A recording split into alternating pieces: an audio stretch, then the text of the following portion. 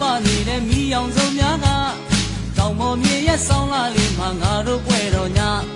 မြင်းမုံကြားမှာရှောင်းလေကြမယ်ရောက်တာလာခဲ့ပါ